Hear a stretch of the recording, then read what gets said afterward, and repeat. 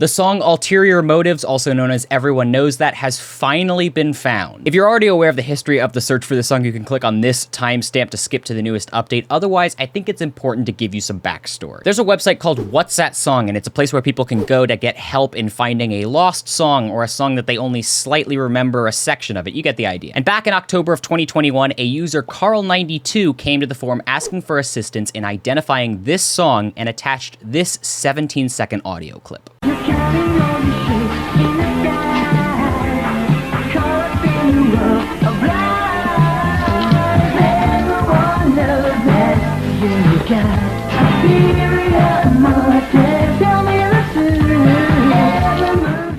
Yes, the most generic 80s song you have ever heard. And that's the thing, it is so generic that everyone that has heard it has gone, yeah, that might be familiar, which makes it even more infuriating that nobody knows what it is. And also, as a side note, did you hear that little noise in the background of the song at one point?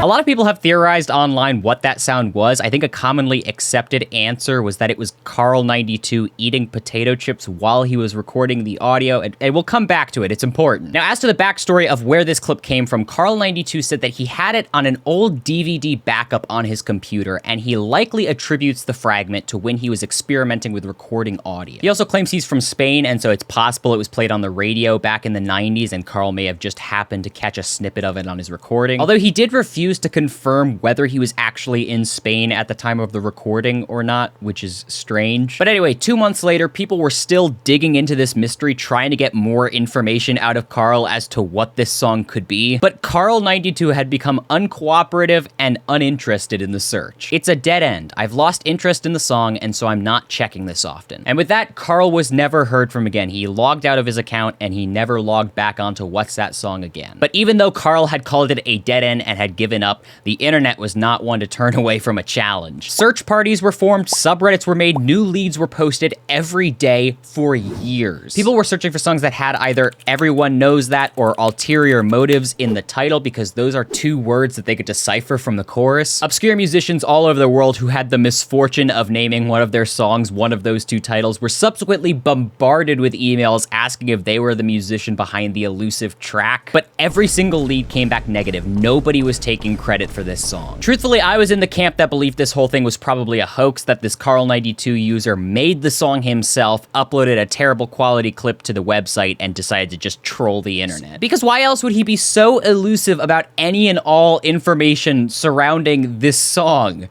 Did he have something to hide? Oh, fast forward to Sunday, April 28th, 2024, a post is made on the Everyone Knows That subreddit. EKT is found. Heavy not safe for work warning. What? All right, hear me out. A user on Reddit found a clip from an adult film on YouTube, and it featured a song that sounded suspiciously similar to Everyone Knows That. And the description for this video said the song in the film was written by Christopher St. Booth and Philip Adrian Booth. Ah yes, nothing like the family business of pornography. Now, believe it or not, both of these names have been discussed in the past because both of their names are attributed to a song called Ulterior Motives that is licensed in the BMI and SOCAN database. However, nobody was able to find or obtain the song listed here, and with neither of the two artists responding to emails, it was basically another dead lead at the time. But now, this Reddit user who knows that Christopher St. Booth might have written the song took it upon themselves to watch 12 hours of porn for research. Not all heroes wear capes, ladies and gentlemen. And after 12 hours of exhaustive research, they finally came across the cinematic masterpiece, 1986's Angels of Passion. Now, this is just your standard run-of-the-mill cheesy 80s porn. I give it like a 3 out of 5. But at exactly 1 hour, 7 minutes, and 31 seconds into the film, holy sh! Ulterior Motives was written exclusively for a 1986 porno film. God help us. The full song runs just under 3 minutes. It is glorious. It is everything I have ever wanted. But there is one caveat. The entire 3 minutes is covered by sounds of these two people just viciously going at it.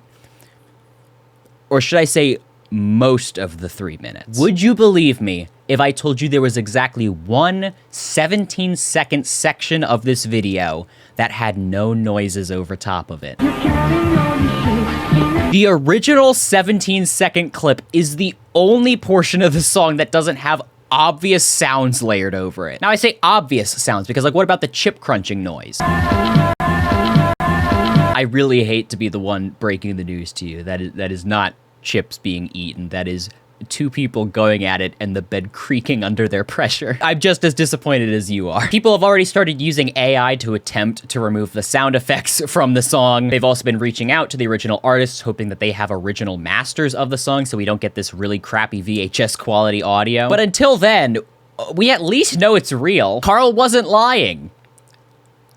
Was he? Looking back at Carl's original post in retrospect is wild. Carl did not just find this audio on a DVD drive. Carl was watching porn. And an hour deep into this porn video, he goes, this song actually kind of slaps. So he goes to Google and oh no, he can't find the song anywhere. And he can't just tell people online that he heard it in a porn film. Have you no dignity? Oh, if only there was an unobscured section of this song that he could... So he edits down the clip to 17 seconds, uploads it online, and hopes that someone has a quick and easy answer for him. But nobody had the answer, and they wanted more information. At this point, Carl had the full 3-minute song in his possession. He had the full movie. He had the source material. But he could not admit to watching such heinous content. So he plants a couple fake memories of how he might have come across the audio in the past. He loses interest in the search and is never to be seen from again. Carl, you dirty dog. But in the end, we did finally find the song we've been looking for years. And as for Carl's dignity, luckily the small What's That Song forum does not know that he was cranking it to an 80s porno. The entire internet does. I can't wait to hopefully hear the whole mix of the song one day without the audible moaning noises, although it does add ambiance, I guess. But until then, that's all I have for you. Be kind to one another, stay safe. I'll see you guys in the next video. Peace. Get out of here.